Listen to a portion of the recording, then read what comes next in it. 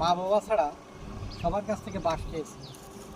যেমন আমার আত্মীয় স্বজন এই বাঁশি দিছে, এই যে বাঁশ দেখাচ্ছে এটা। তারপর বন্ধু বান্ধব দিছে ঠিক এই বাঁশ, বন্ধু বান্ধবের কাছ থেকে এই ধরনের বাঁশ পাইছে। আবার স্কুল জীবনে যারা আমার বন্ধু ছিল তাদের কাছ থেকে টুনি জাতীয় বাঁশ পাইছে, এই যে টুনি জাতীয়। তারপর আমার কর্মজীবনে আরও কিছু বন্ধু বান্ধব পাইছি, তাদের কাছ থেকে কিন্তু ঠিক এই ধরনের বাঁশ পাইছি। এই ধরনের বাঁশ সবখানেই পাইছি। আর পৃথিবীতে এমন কোনো মানুষ নাই যে সে বাঁশ খায় না।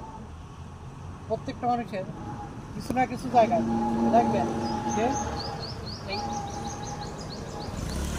এই যে বাঁশ, এই ধরনের বাঁশ খেয়ে ওঠে, কিন্তু কেউ বলতে পারবে না বুকে হাত দিয়ে সে বাঁশ খায় না।